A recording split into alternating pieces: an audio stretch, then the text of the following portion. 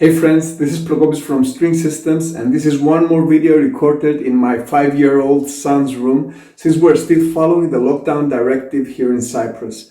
I hope that you are all doing well and staying strong through this crisis. A few days ago, I announced what I called the Stuck at Home Scholarship Program, and more than 20 people have signed up for free since then. And right now, we have a total of around 35 guitar players on scholarship. Today, I'll give you some more details on that. Don't forget that it's a good idea to stay busy and take advantage of all the time you are confined at home. So I wanted to help those of you that are stuck inside but can't afford to invest in online courses. The scholarship includes 3 options, which are called Let Me Help You, Let's Help Each Other, and Let's Help Others. The first one is for those of you that can't afford to subscribe and it's totally free. The second option is for those of you that are doing a bit better but can't really go for the full price, and I call it Let's Help Each Other because you are getting access at half price, but at the same time you're also helping me by making a purchase now that things are kind of slow.